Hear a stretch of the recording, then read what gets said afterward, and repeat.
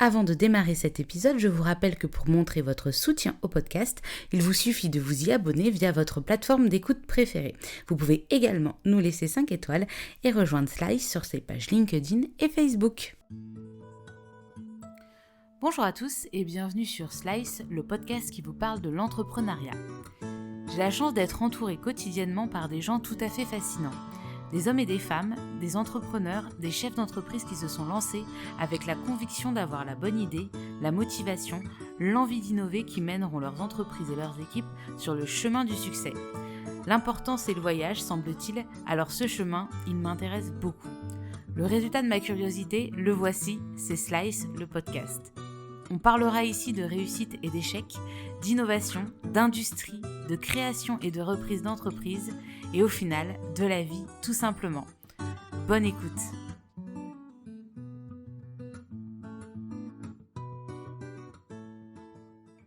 Bonjour à tous, je suis ravie de vous retrouver aujourd'hui pour le 10e épisode de Slice, le podcast. J'ai le plaisir d'accueillir à mon micro Jacques Salognon, le patron du groupe d'Everywhere. Avec Jacques, nous sommes revenus sur son parcours jusqu'à la création du groupe leader de la géolocalisation judiciaire. Sans prise de risque, pas d'espoir de gain, c'est son mantra et on le verra. Jacques n'est pas du genre à faire stagner son entreprise, qu'il a propulsée à l'export et fait grandir par de nombreuses acquisitions externes. Très peu pour lui également du point de vue personnel, pour ce féru de planeur, de parachutisme, de rugby et qui se lancera dans son dernier Dakar en janvier 2022. Je vous laisse maintenant découvrir son portrait. Bonjour Jacques. Bonjour Marjolaine. Merci beaucoup de me recevoir à Paris, donc au siège social du groupe d'Everywhere. C'est un plaisir de t'accueillir sur Slice. Merci.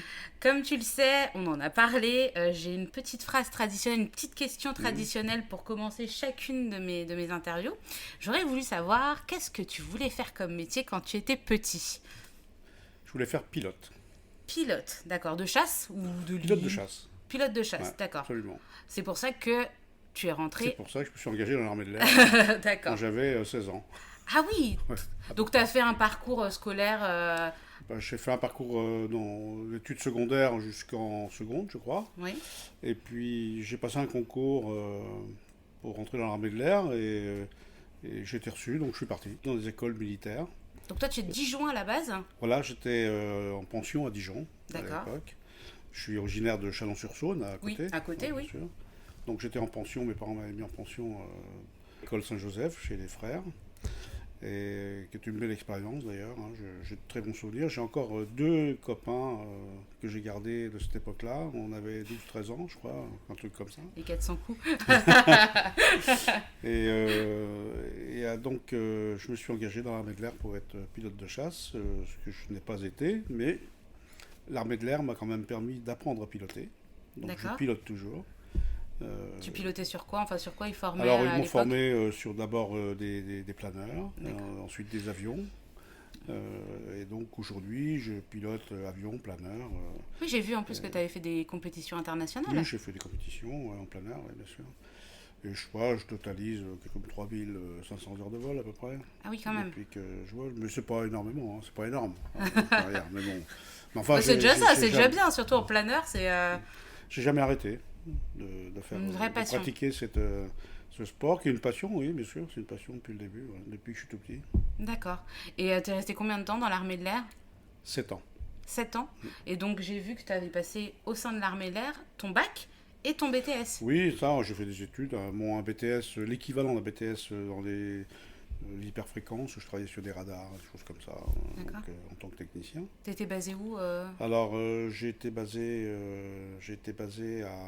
en Allemagne, enfin après les écoles, hein, après Saintes et Rochefort, je suis parti en Allemagne, à Friedrichshafen. Je devais partir à El Paso, au Texas, pour pouvoir travailler sur des fusées américaines qui étaient basées en Allemagne à l'époque. Et la veille de mon départ, De Gaulle s'est retiré de l'OTAN. Très bien. Et je ne suis pas parti. Un petit peu déçu ? Non, un petit peu Un peu déçu. déçu, Un petit peu déçu. Beaucoup déçu, ouais.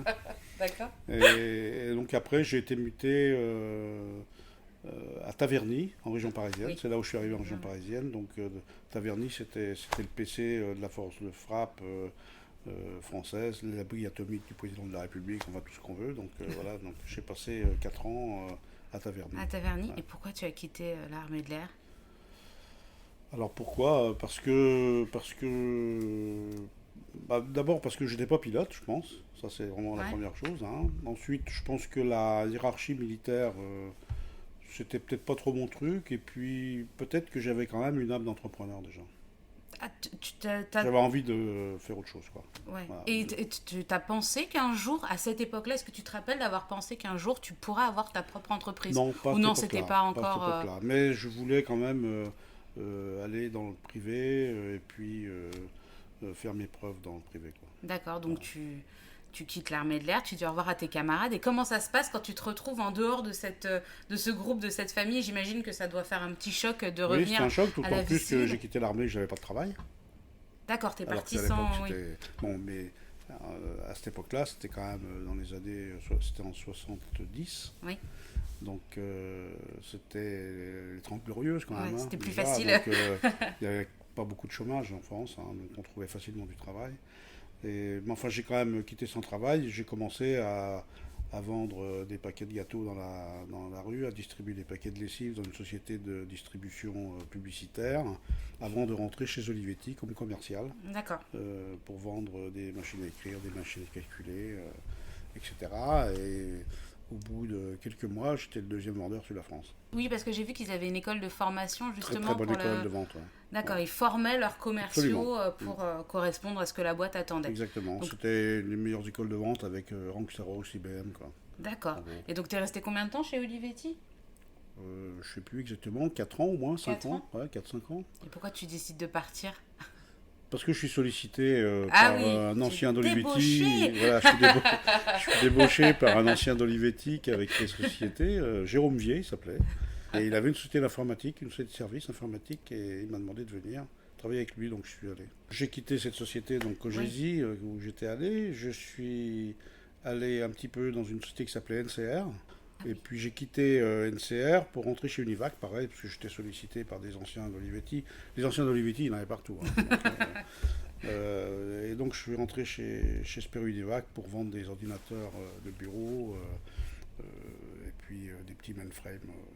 Voilà. Et donc, et le copain que j'avais fait rentrer chez NCR, venu me voir, il m'a dit, tu sais, on pourrait peut-être créer notre boîte dans la microfiche informatique. T'y pensais toi déjà ou Oui, j'y c'est. pensais bien sûr, Ouais, ça avait parce que j'avais commencé déjà déjà. cherché à d'autres idées. On cherchait des idées de création de société, enfin, etc. Et puis là, il a dit, j'ai peut-être une idée. Voilà, donc on a créé cette première société en 81, qui s'appelait Micrographie Service. Tu te rappelles comment ça s'est passé? Qu'est-ce que t'as mis en place? Qu'est-ce que Ah oui, ça je a me, savais, je demandé? me souviens très bien comment Qu'est-ce ça que s'est ça a passé. demandé pour créer cette première société? Parce que tu t'y connaissais? Est-ce que tu avais déjà. Non, je ne me connaissais pas. Ce que j'avais envie, c'est de voler de mes propres ailes. Mais ça s'est bien passé parce que l'ami que j'avais chez NCR avait un très gros client qui était la banque Rothschild. Ah oui. D'accord. Oui. Et les services bureaux en microfiche se faisaient sur des imprimantes cathodiques que vendait NCR. Donc, D'accord. voilà. Donc ce qu'on a fait, c'est qu'on est allé voir la banque Rothschild et on leur a demandé s'ils nous suivaient, si on crée notre société. Et Madame Charpentier, Madame Charpentier. qui s'occupait de ça à cette époque, nous a dit, écoutez, je veux bien vous suivre avec l'accord d'NCR. Si NCR est d'accord, je suis d'accord. Donc on est allé voir NCR et on Bah, a dit, voilà, vous avez un expliquer, client qui va vous quitter, c'est la banque Rothschild.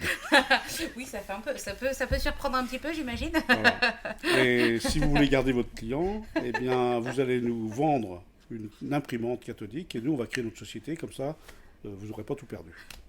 Ils ont dit d'accord.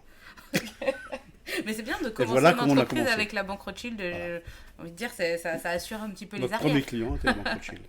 Et donc, t'es resté dans cette société. T'étais à quel Ah, poste? bah là, c'était. Donc, on a créé cette société. Je suis resté, je sais plus, 10 ans. Un peu Ouais, plus de 10 ans. Ouais. Jusqu'à JBF Télécommunications. Alors, pas exactement. Pas exactement. Non. Ton CV. Oui, donc, enfin, je sais pas tout raconter parce que c'est long à raconter dans un CV. Hein. J'imagine bien. Une En longue fait, carrière. non, donc là, 10 ans après, Enfin, il faut savoir que dans la vie de Micrographie Service, on avait racheté une autre société qui s'appelait Télégestion Service, enfin, etc. Et j'avais quelqu'un de ma famille qui était ingénieur dans les télécoms et qui m'a convaincu qu'il fallait qu'on démarre du business dans les réseaux informatiques, les réseaux locaux et l'interconnexion des réseaux locaux. Et on a créé une société au Futuroscope à Poitiers. D'accord. Une société qui s'appelait NetAccess.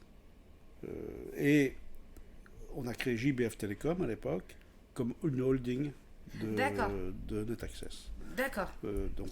Et donc tu voilà. gardais donc, Micrographie. JBF, ça veut dire Jacques, Bernard et François, c'était les trois actionnaires. D'accord. Parce que c'était ma prochaine question. Au bout de 2 ans, on avait bien démarré NetAccess avec du chiffre d'affaires, etc., mais avec des gros problèmes de trésorerie, puisqu'on n'avait pas d'argent pour financer cette croissance. Et donc j'étais obligé d'arrêter NetAccess, de déposer le bilan. Donc on a déposé le bilan. Tu l'as vécu comment ? J'étais bien conseillé. D'accord. En fait, dans la vie d'un chef d'entreprise, c'est important de déposer un bilan. Parce que ça permet de bien gérer ça. Ça se gère. Un dépôt de bilan, c'est vraiment... et moi, j'avais un ami avocat qui m'a bien conseillé là-dedans. Et ça s'est très bien passé. Donc, d'accord. Mais toi, moralement, est-ce que... moralement, c'est difficile, mais j'ai dit, bon, on va rebondir avec JBF, la petite holding. Oui. Voilà. Et on a rebondi comme ça, avec Okay. JBF Télécom. C'est comme ça qu'on est revenu. Donc je suis revenu à Paris avec cette société qui faisait toujours du réseau informatique. On a installé, je sais plus, on a dû installer tous les réseaux des lycées collèges de Poitou-Charentes, quoi, en gros, à l'époque.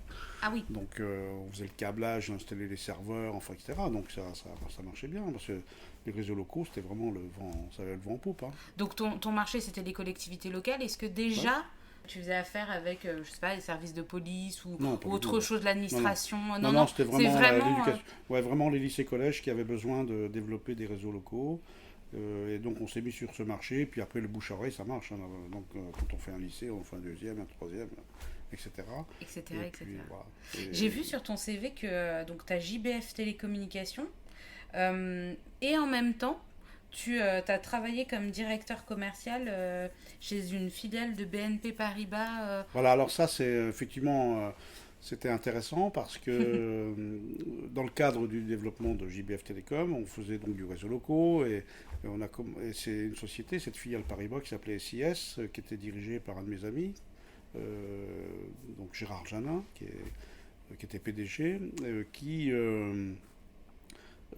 me confiait des câblages informatiques chez les huissiers de justice ou les notaires, enfin, etc. Et puis un jour, il m'a dit, écoute, viens me rejoindre, ça serait bien qu'on travaille ensemble. Voilà. Donc et puis il m'a dit, bon, t'approches la cinquantaine, ou pas loin, si jamais t'avais un pépin, c'est quand même pas mal, le chômage, machin, enfin, etc. Donc, donc j'ai quitté, enfin j'ai pas quitté, j'ai gardé JBF Télécom. J'ai demandé à mon fils à l'époque de s'en occuper un petit peu au niveau des clients.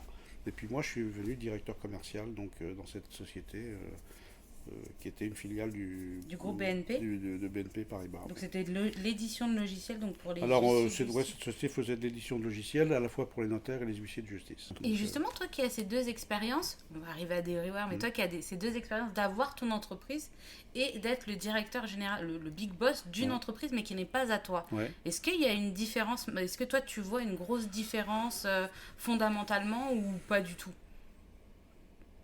Pas trop, pas tellement, je trouve. Oui, il y a une différence parce qu'on n'est pas propriétaire de ce qu'on fait, mais le métier, en fait, ce qui nous plaît, c'est le métier, c'est d'être dirigeant, de diriger des boîtes, de les faire grossir, etc., de prendre des clients. C'est ça qui est passionnant. Alors après, effectivement, si on est proprio, c'est bien. Si on ne l'est pas, ça peut être aussi très passionnant de faire ce métier. Est-ce qu'il y a de l'affect aussi, tu dirais, pour tes boîtes? Est-ce qu'il y a de l'affect? Du sentiment, oui, toujours, ou par exemple il y a de l'affect surtout avec les gens avec qui on travaille. Donc, je vois qu'en mars 2001, au sein de JBF Télécommunications, commence à poindre un projet qui s'appelle DeVryWare. Comment ça te vient cette idée En fait, savoir que JBF Télécom, qui faisait de l'intégration de services en réseau, a fait un peu l'évangélisation de l'Internet. Ok. Parce que j'avais un autre ami qui avait une autre boîte à l'époque et qui me dit, écoute, tu devrais te mettre dans l'Internet. Donc j'ai dit, ouais, mais j'ai pas beaucoup d'argent dans JBF et tout. Il me dit, je te prête de l'argent. Et il m'a mis, je sais plus, l'équivalent de 100 000 euros à l'époque dans ma boîte. Et il m'a dit, démarre ça, tu verras. Donc j'ai pris des bouquins et j'ai appris. J'ai appris ce qu'était l'Internet, voilà, les réseaux IP, les serveurs, les mails, enfin, etc. Puis ensuite, après, je suis allé évangéliser et on est devenu comment dire, un petit provider Internet dans JBF Télécom. Et celui qui est venu m'installer tout ce matériel, c'est Thierry Bathias, mon associé aujourd'hui dans Everywhere. C'est comme ça que j'ai connu Thierry. C'est comme ça que tu l'as rencontré. Voilà. D'accord. J'ai connu Thierry comme ça. Et donc on a pris beaucoup de clients en Internet, on faisait des mails, on faisait des sites Internet, enfin, etc. Enfin, bon, celui qui me faisait les sites Internet s'appelle Laurent Cellier, qui a créé Everywhere avec moi. Enfin, bon. Donc tout ça, c'est des relations. D'accord, au sein de JBF. Voilà, et donc quand j'ai quitté donc RCCS, où j'avais fait venir Thierry. Oui. Parce que Thierry était le directeur technique. Moi, j'avais pris la direction générale. J'avais fait venir Thierry comme directeur technique. Comme j'ai quitté cette société, on est partis tous les deux. J'ai dit à Thierry, il faut qu'on fasse autre chose. Parce que l'Internet, c'est bien, mais on commençait à voir poindre l'éoliane, Wanadu, etc. Donc j'ai dit, on va perdre tous nos clients, c'est normal. Parce que quelque chose de plus, il faut trouver autre chose. Il faut vraiment qu'on fasse autre chose. Et là, on s'est mis à réfléchir, à se mettre en veille technologique pour développer quelque chose. Alors, on savait ce qu'on voulait faire, enfin, on savait surtout ce qu'on ne voulait pas faire. D'accord. Voilà, qu'est-ce que tu voulais pas faire? On ne voulait pas faire de l'applicatif. D'accord. En matière de développement, on voulait faire de la techno. Thierry me dit, il faut qu'on crée l'innovation. Quelque chose de techno qui soit incontournable, justement pour les gens qui font de l'application. D'accord. Voilà, donc des plateformes, quoi. C'était le début des plateformes. Hein, c'était vraiment ça. Thierry était vraiment quelqu'un qui était très pointu dans ce métier. Il passait sa vie dans la bibliothèque informatique du côté du boulevard Saint-Michel. Là, voilà, il a fait une école d'ingénieur dans ce métier. Enfin bon, il était à la pointe. C'est grâce à lui, hein, quand même, si on a développé des produits en mode SaaS, ce qu'on appelle aujourd'hui, qui était vraiment le début du mode SaaS. Hein. C'était précurseur. Voilà. Donc on s'est mis à réfléchir, qu'est-ce qu'on pouvait faire. Bon, je te raconte pas tout, hein, parce qu'on a eu plein d'idées. Oui. Puis un jour, il vient, il arrive un matin, je m'en souviens toujours, il me dit, tu sais, les opérateurs vont commercialiser la géolocalisation des téléphones mobiles. Ok. J'ai dit, c'est là-dedans qu'il faut aller. Dans la géologue. Voilà. J'ai dit, ça, c'est l'avenir. Et puis ça prend, donc là, le début de la réflexion est en 2001. Ah, c'est en 2001, oui. Et en 2003. Donc en 2001, on réfléchit à ça, on va chez Orange, il nous confie une API, ce qu'on appelle, une interface pour se connecter à l'opérateur. Et puis Thierry commence à développer dans son garage donc ce qu'on appelle aujourd'hui un POC, une preuve de concept, et puis donc une maquette. Et dans cette maquette, il localise mon téléphone, qui était un téléphone Orange. Il te suivait. Et j'ai commencé à faire quelques démonstrations comme ça, où je montrais aux gens comment je localisais mon propre téléphone sur Internet. Et là, les gens étaient scotchés, quoi. Parce que c'était vraiment, ça n'existait pas, en gros. Et donc, en 2003, on a créé l'entreprise. Donc, entre 2001 et 2003, on a développé, on a mis au point les maquettes. Poser les jalons pour... On a créé nos dossiers d'entreprise, enfin pour créer l'entreprise, etc. D'accord. Et donc 2003 naît... Et en 2003, on s'est dit, on est prêt, on y va. D'Everywhere naît. Donc voilà, naissance. Pourquoi d'Everywhere? Alors ça, c'est pourquoi c'est l'objet d'un brainstorming avec Laurent Cellier, avec Thierry, etc. D'Everywhere, ça veut dire... Every comme partout, oui. Dev comme développement, et Ware comme software. C'est la contraction de ça. Ok. Everywhere. Ça veut rien dire en anglais. En vrai. Mais non, mais expliquer comme tu l'expliques, c'est tout à fait, tout à fait logique et très simple. Et il arrive quoi à JBF Télécommunications? JBF, c'est toujours. Hein. Ça existe toujours. Bien sûr. D'accord, ok. Ah, je savais pas. D'accord. Donc... Non, mais alors, pourquoi JBF existe toujours? C'est parce que quand on a démarré d'Everywhere, Il y avait pas de... Thierry et moi, on était actionnaires de JBF, Ouais. qui avait pris des parts dans l'EBF, etc. Et c'est JBF qui porte nos actions dans d'Everywhere. D'accord. C'est comme ça, c'est pour ça que d'Everywhere existe toujours. Donc on a continué à faire pendant des années de l'internet, etc. Bon, les clients, ils sont partis un par un, puis là j'en ai quasiment plus, mais je fais encore des factures. D'accord. Ok, donc d'Everywhere naît. Donc d'Everywhere, voilà. Donc vous êtes combien là pour le lancement de d'Everywhere, dans d'Everywhere à travailler au lancement? Alors, au tout début, on est deux. D'accord. Enfin, à la création de la société, non, on est plus. Hein. À la création, on est une bande de copains, quoi. En gros, Thierry, moi, Laurent Sellier, puis des copains qui connaissaient notre projet, et je suis allé chercher de l'argent. Parce qu'il fallait de l'argent, on n'avait pas beaucoup. Hein. Donc, Et comment ça se fait JBF, ça? donc on est allé chercher de l'argent à droite à gauche, et on a constitué un capital à l'époque, je ne sais plus, je ne me souviens même plus, moi. C'était même pas 100 000 euros, hein. C'était 20 000, 30 000 euros, j'en sais rien. Ah oui, Ouais. ça a été compliqué ou... Les premiers, non, ça peut être très compliqué de trouver les premières sommes d'argent. Donc voilà, je faisais à l'époque, je faisais du parachutisme. Enfin, j'en fais, il y a pas longtemps que j'en fais plus, mais je faisais du parachutisme. Enfin, j'ai fait mon stage para, j'avais commencé quand j'étais à l'armée, mais je me suis remis au para, j'avais 50 ans, en gros. Et je sautais à 4000 mètres là, à Peugeot avec des copains. Et il y avait deux garçons, deux pilotes d'Air France qui étaient là, qui avaient l'âge de mes enfants, en gros, qui étaient copilotes, et puis qui faisaient le même stage que moi.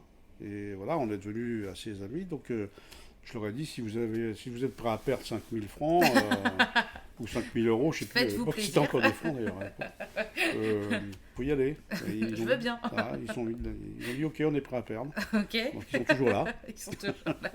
Comme quoi. Ils sont commande bord maintenant. Donc tu dis justement que tu as fondé d'Everywhere avec des copains. Des copains, ouais. Bonne ou mauvaise idée avec des copains justement? Est-ce que ça pour l'instant, c'est une bonne idée, parce qu'on est tous... Jusqu'ici, tout va bien. On s'est pas fâchés. Hein. D'accord.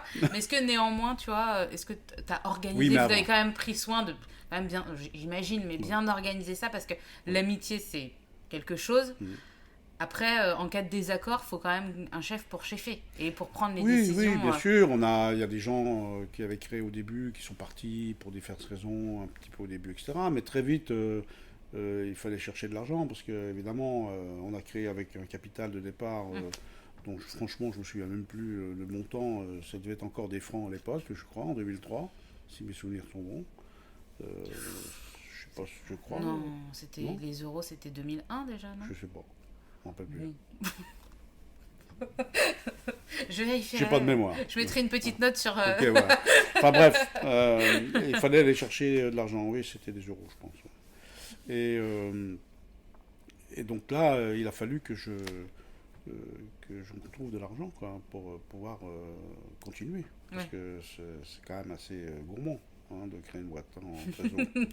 Et l'argent, c'est quand même le nerf de la guerre. Ouais. Donc, mais j'étais bien suivi par la banque. Ouais. Parce que la banque, qui est toujours ma banque historique, hein, qui était à l'époque la banque Pommier, que j'ai connue en 81, quand j'ai démarré Micrographie Service. D'accord. Et Et là, c'est toujours ma banque. d'accord, mais là, en rentrant dans le domaine de la sécurité, on en parle beaucoup en ce moment, c'est un gros sujet qu'on aborde beaucoup chez Slice, des banques avec le milieu de la défense. Bon, là, c'est avec le milieu de la sécurité. Jamais ils ont eu aucun problème pour te suivre et pour mettre des financements? Non, mais les banquiers... alors déjà, on n'a jamais de relation avec une banque. On n'a que des relations avec des employés de banque. C'est quand même, faut savoir. Oui. Hein. Voilà. Donc j'ai eu des bonnes relations avec quelques employés de banque qui m'ont toujours suivi. Pourquoi ? Parce que je leur ai toujours dit la vérité. Quand j'avais besoin, quand j'avais plus d'argent, je leur disais j'ai plus d'argent. Donc quand je leur disais je vais rentrer de l'argent, je rentrais l'argent, etc. Et donc j'ai acquis leur confiance parce que je leur ai toujours dit ce qui allait se passer et je leur disais avant.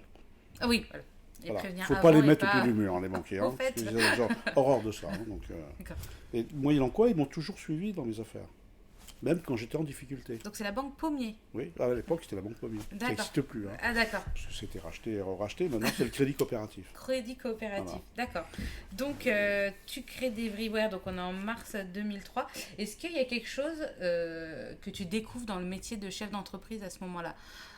Bon, après ça peut s'appliquer à toutes les autres, par exemple micrographie, service, etc. Mais à ce moment-là, est-ce que tu as dans ton apprentissage de chef d'entreprise, est-ce que tu fais des découvertes dans les différents métiers que tu dois occuper dans une seule fonction? Oui, alors oui, bien sûr, il y a plein de fonctions dans une entreprise, mais on n'est pas bon partout. Hein. Ah oui? Toi, Bah t'es non. pas bon dans quoi? Dans plein de trucs. Dans plein de choses. Donc moi j'étais un bon commercial, j'étais un bon manager, enfin, etc. Mais bon, il y a des choses que je savais pas faire. Donc quand on sait pas faire, il faut recruter des gens qui savent faire. Ou se former. Toi, tu préfères... Oui, mais à un moment donné, tu peux pas tout faire Ouais. non plus. Donc, Oui. parce que c'est quand même. Oui, c'est pas extensible le temps. Donc voilà, il faut être conscient de ses limites en matière de gouvernance. Et là où on ne sait pas faire, il faut recruter. Donc, D'accord. ou il faut faire confiance, il faut déléguer. Ça, c'est important. Quoi. Bien sûr, on découvre plein de choses qu'on ne sait pas faire. Hein. Dans l'argent, enfin, dans la levée de fonds, la première levée de fonds Oui. que j'ai fait, ce qui est assez marrant, parce que donc on cherchait, je ne sais plus, à l'époque, 300 000 euros ou un truc comme ça.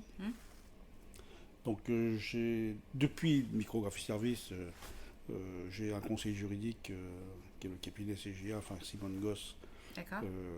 bah, depuis le début, qui me dit j'ai mon fils là, il est à la fac et il a plus envie de bosser, enfin, etc. Donc il me dit vous voulez pas le prendre en stage, même pas Ouais, le payé. faire Quoi. travailler. Donc je l'ai pris, il s'appelle ouais. Benoît Goss. Donc je l'ai pris en stage, aujourd'hui directeur commercial France, hein, chez nous. Et, Ça sert de pas voilà, avoir donc envie de bosser. c'est des premiers salariés que j'ai D'accord. embauchés. Aurore, que vous avez Oui, vu tout à l'heure. Verdi. Aurore, c'est ça. elle était en stage. Je l'ai pris en stage, elle était en école supérieure de commerce. D'accord. Enfin, elle est toujours là. Oui. Et Simone Goss donc, me dit j'ai un de mes clients qui vient de vendre ses affaires, qui est très très bien, qui a de l'argent. Je vais lui parler de vos besoins. Donc elle me le fait rencontrer. Il s'appelle Pierre Bell. Et elle me le fait rencontrer. Pierre vient me voir.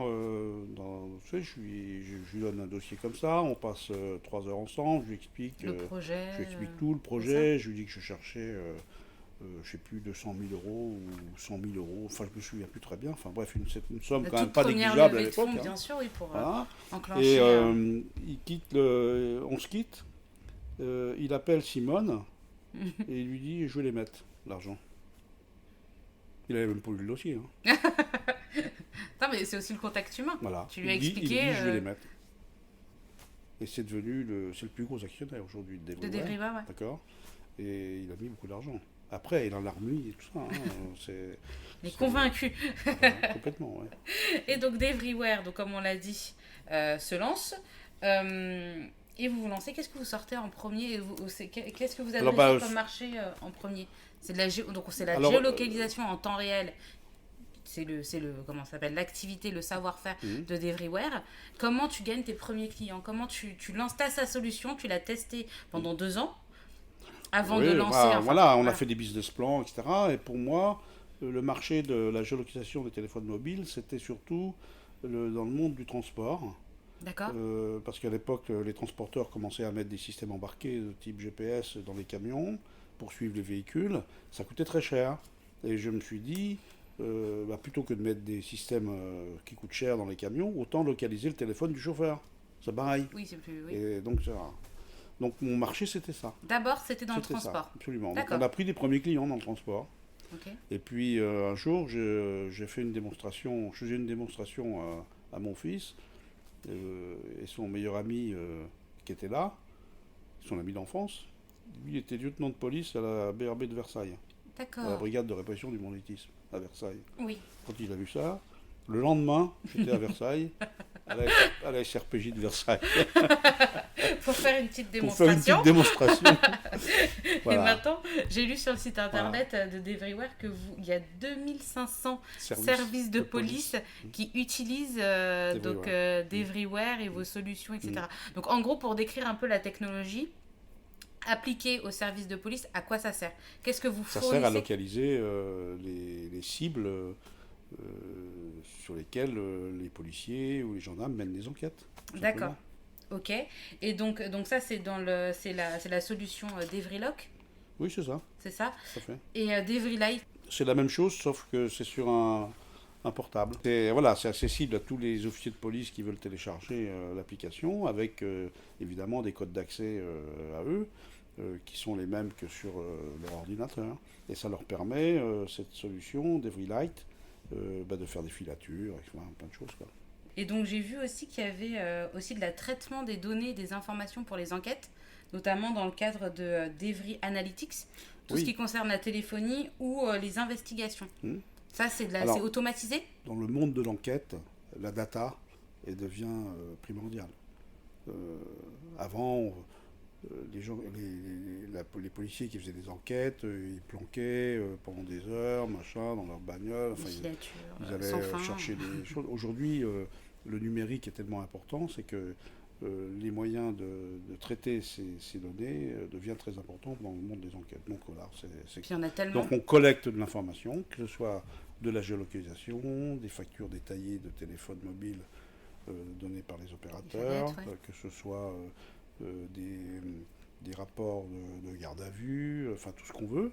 Donc tout ça, c'est de l'information qui est traitée avec des algorithmes et qui va sortir des signaux faibles pour qu'il y ait de l'enquêteur. Pour orienter l'enquête. Le reste de l'enquête, etc. Un exemple, je sais pas, moi, on localise un voyou, ensuite il est arrêté, il est auditionné en garde à vue, ou il est écouté sur son téléphone, il dit qu'il est à tel endroit, tel jour, à telle heure, et en fait on voit qu'avec la géolocalisation il n'y est pas. Donc ça c'est des croisements de données, donc on arrive à sortir des signaux en disant vous nous avez dit que vous étiez là, en fait vous étiez là. Donc tu commences avec Versailles. Comment tu arrives dans les autres services de police petit à petit partout en France? C'est le bouche à oreille? Absolument. Ouais. D'accord. Et à quel moment tu te dis, parce que maintenant d'Everywhere n'est pas seulement français, d'Everywhere est présent à l'export, comment tu te dis à quel moment se fait ce départ à l'export et se dire que cette technologie peut se vendre à l'étranger? Parce que peut-être il n'y a pas les mêmes façons de faire. Le relais de croissance. Alors, on a eu une forte croissance en France, bien sûr, avec les services de police, etc. Mais le relais de croissance après, derrière, évidemment, c'est quand même l'international. Oui. Parce que, voilà. Et en plus, je me rends compte, en voyageant un peu, que ce que l'on fait en France, je ne le vois pas à l'étranger. Je ne vois pas de système... alors, tous les pays font de la géolocalisation aujourd'hui, sans exception. Oui. Beaucoup dans le renseignement. Oui. Assez peu dans le judiciaire. D'accord. Et beaucoup d'une façon artisanale. Donc, j'ai vu encore des services de renseignement ou de police dans certains pays qui prennent leur téléphone, qui appellent l'opérateur et qui disent est-ce que vous pouvez me dire où est le téléphone numéro tant? Ah oui, comme ça. C'est un peu... l'opérateur il dit attendez, quittez pas. 15 minutes plus tard. Alors il a borné en triangulation, ça fait ça. Donc il y a quand même encore beaucoup de pays qui travaillent peut-être pas d'une façon aussi artisanale, mais enfin assez artisanale, avec ça prend du temps, un ordinateur au bureau, etc. Alors que d'Everywhere a mis en place, grâce à Thierry, en mode SaaS, un système industriel qui permet à 10 000 officiers de police judiciaire d'accéder à la géolocalisation en temps réel simultanément. Et ça n'existe pas ailleurs. Enfin, moi, je n'ai pas trouvé. Ça existe peut-être aux États-Unis. On n'a pas du tout prospecté ce continent, mais en tout cas en Europe, ça n'existe pas. En Afrique non plus, évidemment, etc. Donc je me suis dit, il faut les proposer ce que l'on fait en France ailleurs, quoi. Donc c'est pour ça qu'on essaye d'aller à l'international. Et évidemment, ce genre de métier ou de produit se vend au gouvernement. Oui. dans les gouvernements, dans les ministères, enfin, etc. Mhm. Et bien sûr, un pays étranger ne va pas confier ses données à stocker en France. Oui. Donc il Il faut faut absolument s'installer. s'installer dans le pays. C'est pour ça qu'il faut d'abord créer une filiale, D'accord, oui. avoir une entité juridique locale pour avoir une chance qu'un gouvernement nous passe une commande localement. Ouais. Donc c'est pour ça qu'il y a d'Everywhere, C'est pour donc ça Dakar, qu'on est à Dakar, c'est pour ça qu'on est à Montréal, c'est pour Montréal. ça qu'on est à Buenos Aires, c'est pour ça qu'on est à Londres, c'est pour ça qu'on est à Madrid, et qu'à partir de ces... Voilà, déjà dans ces pays-là, on essaye de vendre nos solutions. C'est laquelle la première des filiales qui a été créée? C'est Montréal, alors ça c'était Montréal. plus ludique pour moi. Enfin, Montréal, c'était, oui, un peu opportuniste, mais enfin, voilà. Mais on n'a toujours pas vendu encore à Montréal, D'accord. vraiment, hein. Donc, on a fait d'autres choses, mais c'est compliqué. Les cycles de vente sont longs, mais l'insécurité aidant, aujourd'hui, le terrorisme, enfin, etc. Donc, vraiment, les pays et les États, aujourd'hui, sont quand même très, très à l'écoute des solutions. Qui peuvent faciliter Comme la les tâche de nôtres, tout ouais, le monde tout à pour fait. la sécurité de tous. Il y a un projet sur lequel j'aimerais bien qu'on discute, que j'ai découvert quand j'ai préparé cette interview. On en parlait hors micro. C'est Gaël, Ouais. voilà, qui est... Alors Gaël, au départ, ça a démarré sur un projet qu'on appelle ça, de Européen. R&D, de recherche et Ok. développement, H2020 je crois, ou un truc comme ça, européen. Donc ce projet avait pour but effectivement de créer une plateforme pour le 112, hein, l'appel d'urgence. Donc, En fait, le routage des appels d'urgence. voilà, je vous passe les détails, mais donc d'abord, on a réussi à développer un standard un protocole de discussion entre tout ça, qui est devenu un standard européen aujourd'hui. Voilà. D'accord. Et cette plateforme qu'on a développée, elle permet de router, effectivement, dans le cadre d'appels d'urgence, de router de la data. Parce que si vous faites le 112, vous avez quelqu'un qui va vous répondre au bout du fil, en fonction de l'endroit où vous êtes. Hein, donc, mais ça, c'est un appel voix. Oui. Donc vous allez avec la voix. Il faut savoir parler, voilà, aussi s'exprimer. donc c'est l'appel voix. Mais ce qui est intéressant, c'est pouvoir de transférer à ce centre de secours, peut-être des photos, peut-être un dossier, peut-être vos dossiers médicaux, enfin tout ce qu'on veut, quoi. Donc il faut router de la data. Et Gaël, c'est une plateforme qui permet de router de la data quand on utilise l'appel d'urgence. On a commencé à installer ça, je ne sais plus, en Roumanie, dans plusieurs pays européens. En Espagne aussi? En Espagne, je crois, avec pas forcément tout seul, il y a Orange aussi qui est intéressé. Enfin, voilà, donc c'est un projet vraiment qui va se développer en Europe, absolument. Puis peut-être après dans d'autres continents, je ne sais pas, mais... adapté au numéro d'urgence. C'est très intéressant. Ça a été un gros investissement quand même pour nous, hein, parce que ça fait au moins 3-4 ans qu'on travaille là-dessus, et les premières ventes sont arrivées cette année, quoi. D'accord, ah oui, c'est sur le temps long, entre les premiers développements et la vente, ça m'a un petit peu... Sur les projets qui demandent beaucoup d'investissement, beaucoup de temps, etc. Mais là, maintenant, ça va marcher, parce que déjà plusieurs pays sont intéressés. Même il y en a qui commencent à être installés. Est-ce qu'il y a des projets là qui arrivent bientôt? Est-ce que vous êtes sur des nouveaux développements? Toujours. Toujours des projets. Mais donc tu peux nous parler? Non, des projets, oui. Là, on a eu Devry Analytics, Téléphonie Data, donc, qui a été un projet qui a commencé il y a 2 ans, etc., et qui a vu un succès avec la gendarmerie cette année. Ah oui, tu as gagné l'appel d'offres, c'était en mars, non? Oui, gendarmerie. Voilà, des projets. On a d'autres projets pour les véhicules volés, par exemple. Il y a d'autres projets. Géolocalisation des véhicules volés? Oui, enfin ça c'est mais surtout géolocalisation, mais à partir de par exemple de cartes SIM qui sont installées dans les voitures, enfin etc. Donc, d'accord, ok. Avec des constructeurs, donc ça veut dire que ça sera un C'est sûr développement. que l'ADN de l'Evreux, c'est quand même la géolocalisation. Oui, il y a toujours ça, et puis après, autour de la géolocalisation, il y a beaucoup de choses on peut faire plein de choses. Mais là, ça voudrait dire que tu travailles avec des constructeurs. Ouais. Si c'est quelque chose intégré dans la voiture les assurances, les constructeurs. Ouais, bon, des projets, oui, il y en a d'autres, je ne les ai pas tous en tête, parce que je suis pas... j'ai pas de mémoire, mais... mais peut-être que ça, tu vas... des projets que je ne veux peut-être pas dévoiler. Oui, que tu veux peut-être pas me dévoiler, oui, je comprends bien. Mais par contre, il y a aussi des grands projets, bon, ça dont tu vas te souvenir, c'est aussi l'agrandissement de Devriware et du groupe par le rachat de différentes sociétés. Évidemment, donc les relais de croissance, j'ai parlé de relais de croissance tout à l'heure. L'autre relais de croissance de Devriware, c'est aussi la croissance externe. Oui. D'accord ? C'est pour ça que... donc il y a 2 ans, on a fait une levée de fonds avec BE Capital, qui gère un fonds de Roland Berger, qui a mis 7-8 millions d'euros pour justement aider Devriware à faire de la croissance externe et à se développer à l'international. Donc on a commencé effectivement à faire quelques croissances. On a racheté Tracip, on a racheté... Si je peux poser une question, c'est parce qu'il fallait que tu te développes pour survivre, ou tu aurais pu rester sans tranquillement c'est-à-dire que faut pas, enfin une entreprise, ça ne doit jamais dormir sur 2 oreilles, quoi, hein. Il faut toujours se développer, parce que nous on a un gros client quand même qui est l'État. Oui. Bon, demain l'État il peut décider de faire autrement, on ne sait rien. Parce que pour l'instant tu es leader.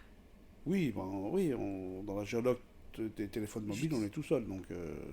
Mais il peut créer aussi. On ne sait jamais. On ne sait jamais. Eux peuvent faire leur propre technologie. Absolument. Pour le temps que ça se développe. Il ne faut jamais s'endormir. Oui. Donc il faut toujours essayer de diversifier un peu son business. Il vaut mieux avoir beaucoup de clients qui font peu de chiffres qu'un gros client qui fait 80% du chiffre. D'accord. Donc déjà pour ça, il faut se développer. Ensuite, on est dans le monde de l'enquête quand même de la sécurité chez nous, chez Devriware. Et bien sûr, ce qui nous a intéressé, c'est d'aller chercher des sociétés qui avaient des produits complémentaires à ce que l'on fait. D'autres briques technologiques technologiques qui servent à l'enquêteur. Notamment quand on a racheté Tracip, qui fait de l'analyse forensique. C'est-à-dire qui est capable d'analyser tout ce qui est dans les supports numériques, de téléphone, d'ordinateur, etc. Et de l'ADN même, la collecte d'ADN en mobilité. Ça, c'est aussi une autre activité. Donc effectivement, l'ADN en mobilité, c'est sur les théâtres d'opération, qui est devenu aussi du Covid, hein, parce que les mêmes laboratoires font des tests Covid. C'est des laboratoires mobiles en fait, ultra-mobiles. Voilà, donc en fait, notre recherche dans la croissance externe, c'est surtout des produits complémentaires. D'accord. Donc il y a aussi eu... Dans le monde de la sécurité, évidemment. Oui. Donc il y a aussi eu l'entrée dans le groupe Devriware d'une société qui s'appelle Resiliency. Donc ça, c'est plus de la formation. Voilà, Resiliency, c'est plus dans la gestion de crise. D'accord. Parce que, bon, c'est un peu plus éloigné que le monde de l'enquête, hein, la crise. Bon, ça a été une opportunité quand même, cette société. Et très vite, on a racheté aussi Chrysotech, qui était son concurrent, en fait. Et les 2 sociétés qui vont fusionner vont devenir probablement le numéro 1 de la gestion de crise en France. Oui, puis j'ai vu que Chrysotech, ils avaient développé le social room, c'est-à-dire l'analyse quand il y a une crise, l'analyse en direct en fait de tous les mouvements sur les réseaux sociaux. Ils ont développé ça en 2015, donc c'est très... Chrysotech a un très bon produit et un très gros client. Hein. D'abord, ils ont l'État, souvent. Hein. Et puis, toutes les boîtes du CAC, je pense, travaillent un peu avec, et aussi l'étranger. Avec Chrysotech. Voilà. Donc, mais ils font beaucoup de formations. D'accord. Hein, c'est du service. Hein. Oui. Donc c'est de la formation à la gestion de crise, comment réagir, la communication de crise aussi, parce que c'est un vrai métier. Quand il y a une crise, ils font pas ça n'importe comment, au petit bonheur à la chance. Il y a des... Et c'est sûr que la Covid a mis en évidence les problèmes qu'il fallait savoir gérer une crise. Ce type de crise aussi. Voilà, c'est ça. Et de la meilleure des façons pour pas que le message soit mal compris par les gens qui sont en face. Voilà. C'est quand même un art, la gestion de crise. On s'en doute pas si on ne connaît pas le métier.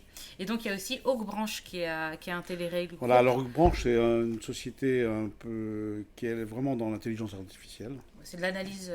Voilà, donc c'est de l'analyse de données. D'accord. Voilà, essentiellement. Donc, captation de données dans les réseaux sociaux ou ailleurs, etc. Et puis, analyse avec des algos. Ce qui est en ce moment très à l'ordre du jour. J'aimerais parler un peu de toi. Je voulais savoir, dans ta vie de tous les jours, dans ta vie de chef d'entreprise, qu'est-ce que tu fais? Comment s'organise ton programme tous les jours et qu'est-ce que tu préfères faire? Est-ce qu'il y a vraiment des choses où dans la journée qui t'ennuient, qui t'embêtent? Non, Non? pas non, rien m'embête. Non, rien ne Non, t'embête, ok. non. Non, je trouve que non, c'est un métier passionnant. C'est d'autant plus passionnant quand on arrive à des entreprises qui ont une certaine taille, Oui, où on a des gens qui s'occupent de l'opérationnel, du quotidien, etc.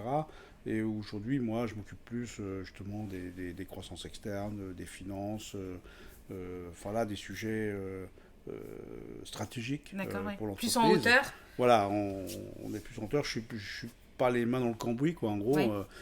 Donc j'arrive à prendre du recul et à réfléchir. Donc ça, c'est... Voilà, donc c'est pas du tout ennuyant. D'accord. Et là, en D'accord. période de Covid, avec tes équipes, est-ce que ça s'est plutôt bien passé pour Everywhere ou il y a des choses qui ont Oui, été ben un peu compliquées on était bien préparé au télétravail. Donc du jour au lendemain, on a mis tout le monde en télétravail. Ouais, ça n'a C'est pas très bien posé passé. On a mis absolument, je crois, on a mis personne en chômage, enfin du moins techniques technique, là. ou partielles. Peut-être une ou deux personnes par-ci par-là, mais enfin pas grand-chose.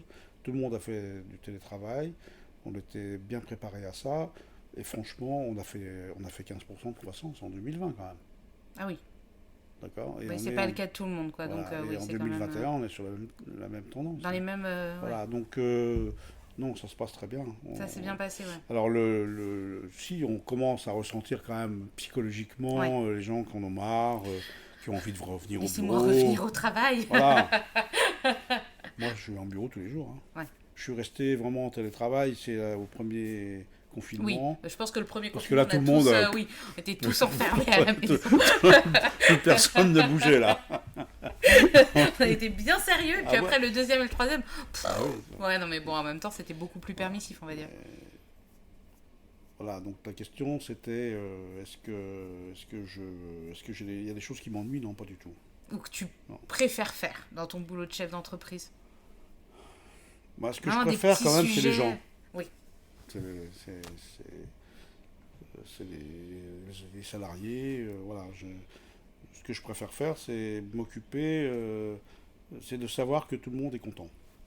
d'accord, Et a envie de venir travailler, d'accord. et sont contents d'être chez Everywhere. Voilà, donc ça c'est important. Pour moi, c'est plus important.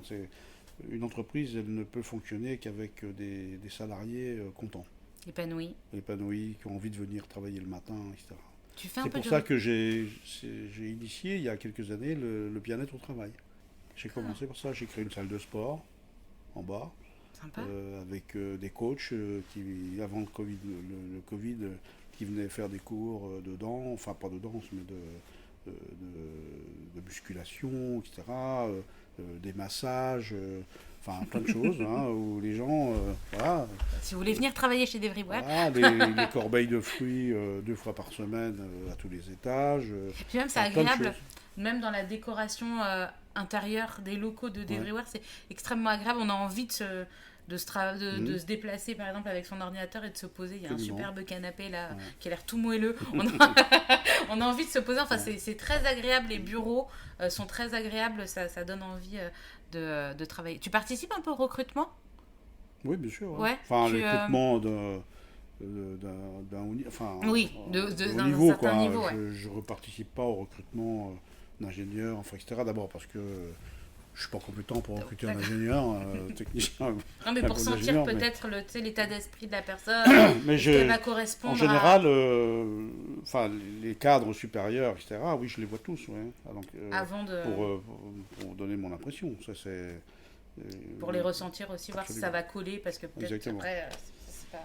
Ça, on dit souvent que le premier regard, la première poignée de main, Et révélatrice, les ouais. premières minutes sont très importantes pour se l'idée.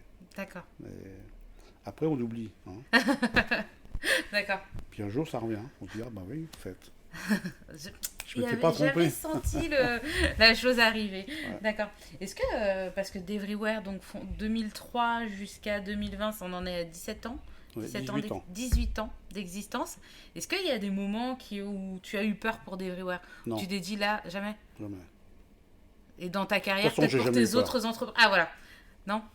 Alors, je pense que ça, c'est une forme d'inconscience, hein, des fois, hein, mais pour l'anecdote, dans Micrographie Service, au début, où j'avais pas peur, hein, mais on avait besoin de Oui. financement, j'ai quand même vendu mon appartement et j'ai mis l'argent dedans. Ok, et donc, excuse-moi de te poser la question parce Ouais. que tu as parlé de tes enfants, mais ta femme, est-ce que tu étais mariée à l'époque? J'étais marié, ouais, bien Est-ce sûr. que elle t'a pas dit J'étais eh marié, oh, 2 enfants. coucou, Non, non, mais là, elle m'a toujours suivi à cette époque-là. Ouais. Bon, on n'est plus mariés maintenant. D'accord. Mais Après, à elle a cette dit ah non, époque, c'est bon. Salut. Non, ouais, à cette époque-là. Allons-y, J'ai on vendu fait all-in. l'appartement, je me souviens, on habitait à Lille là-dedans. Ah oui, J'ai vendu l'appart, j'ai mis l'argent dans la société et on est venu en location dans une maison dans les Yvelines. d'accord. Mais ça s'est bien passé finalement. Oui, on est resté en location un certain temps, puis j'ai racheté une maison après. Voilà. Mais bon, Oui, c'est vrai que sur le coup, ça peut peut-être un petit peu. oui, il y en a.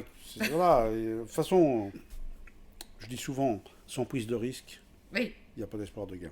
Après, j'imagine que tu avais quand même prévu au cas où un petit bas de laine pour pas. Non, non, d'accord, Non, non. j'ai rien prévu. Non. Bon, t'étais persuadé que ça allait fonctionner ou alors mu par vraiment une confiance à toute épreuve. Des fois, c'est au pied du mur qu'on voit le mieux le mur. Hein. C'est ça comme on dit. Jean-Marc Bigard, bonjour. Non, ça c'est dans Le Petit Prince. Ah, pardon. Je crois que c'est le renard qui est en bas qui dit c'est au pied du mur qu'on voit le mieux le mur. D'accord. Ok. Donc on vend son appartement. Donc j'ai plein de chefs d'entreprise sur Slace qui disent attention, ne vous mettez pas en danger. Bon, la preuve que parfois le danger peut payer. C'est de la prise de risque. Oui, c'est de la prise de risque. De toute façon, je pense qu'à un moment donné, un chef d'entreprise, s'il ne prend pas des risques, il a du mal, quoi. Oui. Donc toi, tu as créé en tout et pour tout donc 3 entreprises, si on fait le compte. 3, 4 Oui, 4. Ouais. 4. Et donc, est-ce que tu dirais que ton management a évolué avec, ou sûrement, Bien sûr. a évolué avec le Oui, temps? oui, l'expérience. Et quelles sont les choses, c'est la fameuse question, si c'était à refaire, est-ce que tu referais tout pareil ou s'il y a certains points que tu changerais? Et quels sont ces points? Où est-ce que tu t'es rendu compte qu'il y avait peut-être eu erreur On fait tous des erreurs, hein, c'est sûr. Je n'ai pas en tête là, mais si, je pense que l'erreur que j'ai fait, par exemple, dans NetAccess, que j'ai été obligé de fermer, c'est que j'ai créé NetAccess et j'aurais dû chercher des fonds tout de suite. Et non D'accord. pas attendre de ne plus avoir de trésor pour commencer à essayer de lever des fonds, parce que là, ça ne marche plus. Et puis ça Donc prend ça, du c'est temps une de erreur. lever des fonds aussi. C'est pour ça que je l'ai fait dans Everywhere. Directement, Quand j'ai on créé commence, ouais. Everywhere, j'ai créé très vite, j'ai cherché de l'argent, j'ai levé des fonds, j'ai fait un premier tour de table, un deuxième tour de table, etc. Et ça, c'est primordial. Parce que s'il y a une chose que j'ai bien compris depuis le début, c'est que la trésorerie de la société, c'est quand même le nerf de la guerre. Ouais. C'est pas les profits ou les pertes au début. Une boîte au début fait des pertes. Ouais. On a perdu de l'argent pendant 5 ans dans Everywhere. Mais tant qu'on a de la trésorerie, on vit. On peut y aller, ouais. On peut vivre. Et après, on gagne. Mais sans trésorerie, c'est mort, quoi. D'accord, donc Donc vite ça, j'ai chercher beaucoup de peur. l'argent, faire des Donc, levées si de je suis un fonds, conseil à donner s'organiser. à des chefs d'entreprise ou à des jeunes créateurs, votre seule préoccupation, c'est la trésorerie. Vraiment focus Ah ouais. là-dessus. Absolument. D'accord.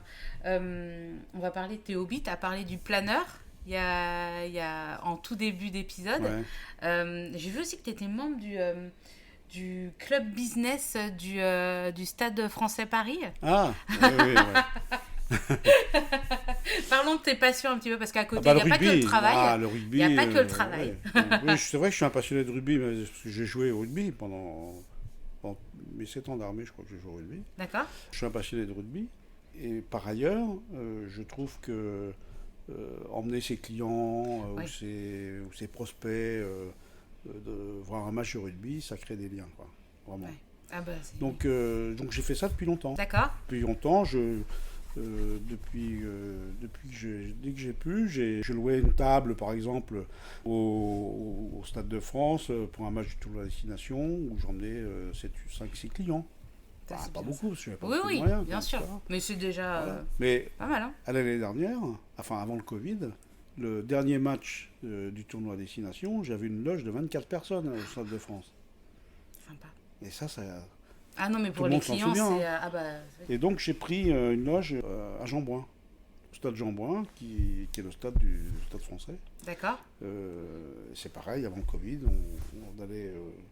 c'est une loge de 12 personnes, donc voilà, on réunit des copains, des clients. Non, mais c'est important pour les clients de soigner aussi C'est pour ça les que je fais partie du relations. business club des chefs d'entreprise du Stade français, parce que voilà. Ça se Je passe mettrai très le bien. lien dans l'article qui te sera dédié si les gens On veulent a eu aller... l'interview, j'ai eu l'interview d'ailleurs. Oui, du Stade j'ai français, lu, ouais. c'est pour Ah, ça, je l'ai d'accord, trouvé. voilà. Ah, je prépare mes interviews. Donc tu as dit le planeur. Hmm. Donc ça, t'as commencé ça donc il y a très très longtemps. Ah bah, j'avais 16 ans. Le planeur. Parce que c'est, je t'avoue, moi j'ai peur en avion. Bon, Donc le planeur, donc, par définition, il n'y a pas de moteur et tu utilises on le utilise vent. des courants ascendants, ouais, Oui. pour voler. Tu m'oublies rien que d'y penser, ça me, Ah bon. ça me donne... j'ai peur. Alors le planeur, il est intéressant par rapport à un avion. D'accord. C'est qu'il n'a pas de moteur. Oui, bah, c'est fou. On risque pas de tomber en panne. Oui, ah bah oui, mais comment on fait? Parce que j'ai vécu Alors toute qu'un mon- avion qui tombe en panne de moteur, il est dans la merde. Hein. Si, à part comment ça s'appelle, le pilote là, de cette compagnie canadienne, Air Transat, Ouais. il y a eu un film sur lui où il a réussi à aller poser son avion, je sais pas si c'était un A300 quelque Ah chose. ouais, c'est ça. Et il Il a est tombé en plané. panne de carburant. C'est ça, et il l'a posé sur une île des Canaries ou Ouais. du Portugal. Une piste désaffectée, ouais. C'est ça, genre tous les pilotes, quasi, il y a 98% des pilotes Et qui tu sais que échouent. c'était les pilotes de planeur. Les pilotes de cet avion. D'accord, C'était des pilotes de planeur. ah, c'est pour ça. C'est sûr qu'un planeur, on a l'habitude de se poser sans moteur. Donc Ouais. il faut bien calculer son coût, quoi, en gros. D'accord, mais qu'est-ce que tu fais pour préparer un vol? Tu regardes les courants, Alors, la météo, les trucs Voilà, comme donc, ça le tiré le d'abord. planeur utilise les courants ascendants, donc ce qui est primordial, c'est la météo, Oui. évidemment. Voilà, donc le matin, la première chose qu'on fait, un pilote de planeur, quand il se lève le matin, il regarde le ciel. C'est son premier réflexe. Il regarde le ciel, comment il est, quoi. Et voilà, s'il y a des cumulus, s'il n'y en a pas, enfin bon. Parce que c'est des courants ascendants dépendent de ça. Donc c'est vrai que la météo, c'est primordial. Donc dans des compétitions de planeurs, le matin, il y a un briefing des pilotes. La première chose dans le briefing, c'est la météo. D'accord, Voilà la météo du jour. ok. Et en fonction de la météo, voilà le circuit que vous allez faire, le parcours. Ah, t'as un parcours, d'accord. En compétition, oui, tu as un parcours. C'est D'accord. comme tu as un parcours qui est souvent un triangle, un aller-retour, enfin, etc. Tu pars du terrain, tu reviens au même terrain. Mais tu peux avoir des parcours, le plus que j'ai fait, c'est 750 km en compétition. 50 km. Un Paris-Marseille, enfin Paris-Marseille un peu quoi. Ouais, Ah ouais. sans moteur. Mais moi, j'ai déjà fait un vol de 1000 km. Sans moteur. Ah non, mais moi je trouve ça impressionnant vu que c'est quelque chose Mais que je voilà, peux pas faire, etc. c'est, Moi je suis 10 fascinée. heures de vol. Et qu'est-ce que tu ressens là-haut Enfin déjà ça doit être calme. Enfin non, est-ce que c'est calme ou c'est non Bah, le planeur, c'est... Oui, il n'y a pas de moteur, donc il n'y a pas de bruit. T'es tiré non au départ Oui, par un un avion. avion. Par Ou un alors, avion, ouais. moi j'ai un planeur, il a un moteur, on peut décoller. Ah. Il est autonome et après on rentre le moteur D'accord. dans le fuselage. Donc c'est un planeur à dispositif d'envol incorporé, on appelle ça. D'accord. Donc en général on est tiré par un avion qui va nous lâcher vers 500 mètres d'altitude à peu Ok. près. Et après on utilise des courants ascendants et en fonction de la météo on peut monter à 1000, 2000, 3000, 4000. En montagne on peut monter à 6, 7, 8, 9000 mètres avec le vent. Mais bon, ça c'est très voilà, c'est très variable. Donc ensuite, en fonction de la météo, on peut faire des longues distances. D'accord. Et c'était entre où et où les 1000 km Ah ben voilà, ce vol est en Espagne. D'accord. Voilà, donc quand il fait beau, on allait voler à Fuente Milanos, il y a un terrain, et on faisait des vols là-bas, des très grands vols parce qu'il fait très beau, enfin, etc. Quoi. Les plafonds sont à 4000, 5000 mètres, c'est bien. Quoi. D'accord. Donc voilà, donc une compétition de planeur, c'est ça. Donc le matin, c'est le briefing. Donc on vous dit, voilà, vous allez faire 300 ou 400 km et c'est celui qui va le plus vite qui gagne. D'accord, ok. Pas compliqué. Tu peux faire des figures ou non, vaut mieux pas. Non, non, bah, c'est pas des figures. Ah mince. Ah, ça existe. Hein. Ah, ça existe. La voltige en planeur existe, ouais. Il y a des compétitions de voltige en planeur. D'accord. J'irai voir ça. Je mettrai un lien vers une vidéo YouTube si tu as des recommandations pour que sur l'article qui te sera dédié sur le site internet de Slice, je mets des liens comme ça pour quand on parle de certaines choses pour faire des références pour que les gens ils voient de quoi on parle. D'accord. Et donc le parachutisme aussi? Alors le parachutisme, voilà, donc j'avais commencé quand j'étais à l'armée, donc avec des sauts automatiques. Et puis quand j'ai eu 50 ans, j'avais envie de recommencer. Enfin, c'est mon fils qui m'a donné l'envie parce que il sautait. Donc voilà, j'ai refait un stage et ce qu'on appelle, j'ai fait ma PAC. La PAC, c'est un stage où en 7 jours, on saute à 4000 mètres tout seul. En 7 jours? Ouais. Ah oui, c'est faux. Mais bon, vu que tu avais déjà eu une première formation, c'était peut-être plus facile ou tu avais encore les bases Non, c'était ce que j'avais fait avant, ça m'a servi à rien, on voit pas grand-chose. Quoi, hein. D'accord. Parce que voilà, quand on fait son premier saut de la PAC à 4000 mètres, avec son parachute, avec 2 moniteurs qui sautent en même temps que toi, mais t'es tout seul, qui te tiennent. Ils te tiennent au début, après il y en a un qui te lâche. Puis voilà, mais tu ouvres ton parachute, il t'aide si tu n'y arrives pas. Puis au deuxième saut, tu n'as plus qu'un seul moniteur. Et il fait 5 ou 6 sauts avec toi. Et le 8e, il dit tu peux y aller tout seul. Go. Donc le rugby, le planeur, le parachutisme. Il y a autre chose? La voiture. La voiture? Des voitures de collection ou la vitesse? Du rallye. Du rallye? T'as fait quoi comme rallye Alors j'ai fait quelques rallyes. Enfin, j'ai un copain qui est de chez Olivetti, du temps d'Olivetti, du temps d'Olivetti, voilà, qui a fait le Dakar, et qui va faire son 40e Dakar cette année. Ah ouais. Et je le fais avec lui. Cette année-là, qui est... il va se dérouler on va pas le faire en compétiteur, on le fait en voiture d'assistance, on va dire. D'accord. Mais je vais rouler avec lui cette année. Tu pars quand? Je lui dis ton dernier Dakar, je fais avec toi. Tu pars quand? Janvier. En janvier? Et c'est où maintenant Arabie Saoudite. Arabie Saoudite? Ouais. Ah oui, ça va être... probablement Émirats et peut-être Oman aussi, je crois. On va bientôt connaître le parcours. Et donc, Étienne, il s'appelle Étienne Smilovici. Donc, il y a déjà pas mal d'années, il emmène ses copains des fois en 4x4 au Maroc, dans le désert, ça. J'étais avec lui. Il me dit, je vais faire le Paris Moscou-Pékin. C'était en 95. Oui. Il me dit, si tu veux, tu viens avec moi. Okay. Je dis, ok. Donc, on est partis tous les deux, là en course, par contre, en compétition. On a fait le Paris Moscou-Pékin. Combien de temps? Ça, c'est 3 semaines. 3 semaines? Ah oui, bah oui, c'est une course, donc... C'est une course. On prend notre temps, on visite, mais non, elle n'a pas compris, la dame. D'accord. Voilà, donc ça, c'était génial. Vraiment, j'ai encore des images plein la tête. Et j'ai fait un rallye de Tunisie. D'accord, ouais. Après, j'ai fait le Paris-Istanbul. Ah oui, c'est pas mal aussi, ouais. Un Dakar en Argentine, Bolivie, il y a 4 ans. Ça sera son dernier, et puis moi aussi, je pense. On sait jamais. Tu vas peut-être avoir une idée l'année prochaine faisant ça. Voilà, donc ça, c'est sympa. Ça, c'est les passions. Ça, c'est l'aventurier. Tu as parlé plusieurs fois de tes enfants. C'est ton anniversaire aujourd'hui, bon anniversaire. Merci. Est-ce que tu penses, pardon de poser cette question, mais je la pose à tout le monde, est-ce que tu penses à la succession? À d'Everywhere, est-ce que tu aimerais que l'entreprise reste dans ta famille? Est-ce que tu aimerais la transmettre à tes enfants? Est-ce que tu as déjà des enfants qui ont peut-être envie de reprendre le flambeau, etc. Est-ce que c'est une question? Alors, c'est une question... non, il y a longtemps que je sais que mes enfants ne reprendront pas l'entreprise. D'accord, ok. Mon fils est menuisier, donc lui, c'est un manuel, c'est pas son truc. Ma fille, qui est docteur en économie, maître de conf à la Sorbonne, je lui ai proposé, enfin je lui ai dit, est-ce que tu veux... ça t'intéresserait, ouais.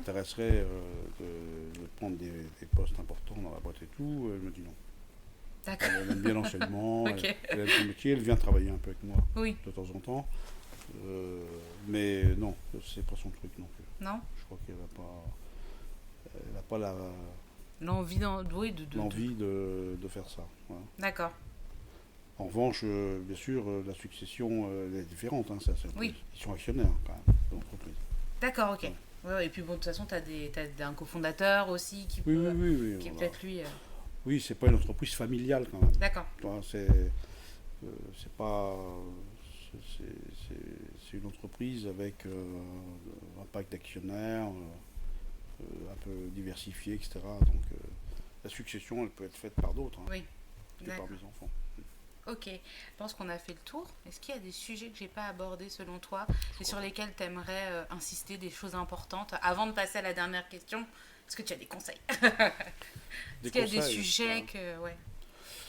Non, ça va. Donc les conseils Des conseils pour des pour des jeunes auditeurs entrepreneurs. qui sont en train de monter leur boîte, qu'est-ce qu'il faut faire, comment s'y prendre?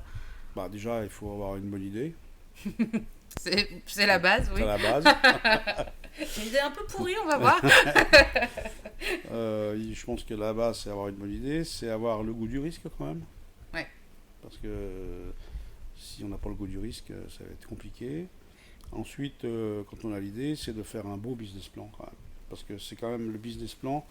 On ne fait jamais vraiment le business plan qu'on a prévu. Mais c'est un guide. D'accord, oui.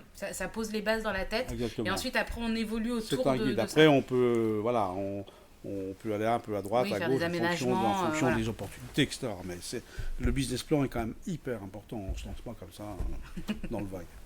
Et puis l'autre, ce que je disais tout à l'heure, ce qui est important, c'est la trésorerie, c'est l'argent. Il faut faire très attention à ça. Et, je suis actionnaire d'une petite boîte, là, d'une start-up d'ailleurs, qui s'est créée dans la réalité virtuelle, la réalité augmentée. Ces deux jeunes, ils avaient 20 ans qu'ils ont créé sa boîte. Ils cherchaient de l'argent.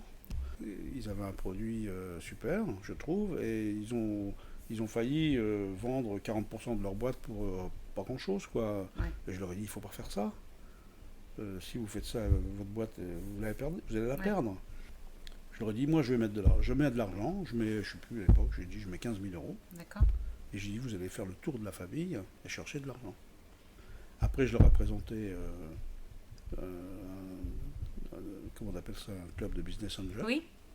Ils ont levé 300 000 euros. Ah oui. 2 fois. Ah oui, c'est pas mal. Voilà. Après, ils ont levé 3 millions d'euros auprès d'un fonds. Et maintenant, ils ont un produit unique sur le marché. C'est quoi cette société? Ça s'appelle Opuscope. Aujourd'hui, ils ont une boîte qui... Alors, ils ne font pas encore beaucoup de business, puis ils sont une vingtaine de personnes, ils font beaucoup de développement. Ils sont dans la réalité virtuelle, réalité augmentée, et ça a de l'avenir. Ok. Bah, écoute, merci beaucoup de m'avoir reçu. C'était un plaisir de t'avoir au micro de Slice. Et Merci. puis, Merci à toi de cette interview. je te souhaite un bon Paris-Dakar voilà, en Arabie Saoudite, etc. Ouais. Et plein d'autres projets. Et puis, à très bientôt. Merci beaucoup. À bientôt. On ne dit plus Paris-Dakar. On dit Dakar tout court. Il ne parle plus de Paris. À bientôt. À bientôt. Merci encore à Jacques de m'avoir reçu à Paris chez d'Everywhere. J'adresse un remerciement tout particulier à Frédéric pour son sens aiguisé de l'organisation et à Delphine pour sa bienveillance. Vous pourrez retrouver de plus amples informations dans l'article dédié à Jacques sur le site de Slice, www.slice-lepodcast.fr. Je vous donne rendez-vous la semaine prochaine pour un nouvel épisode et d'ici là, portez-vous bien.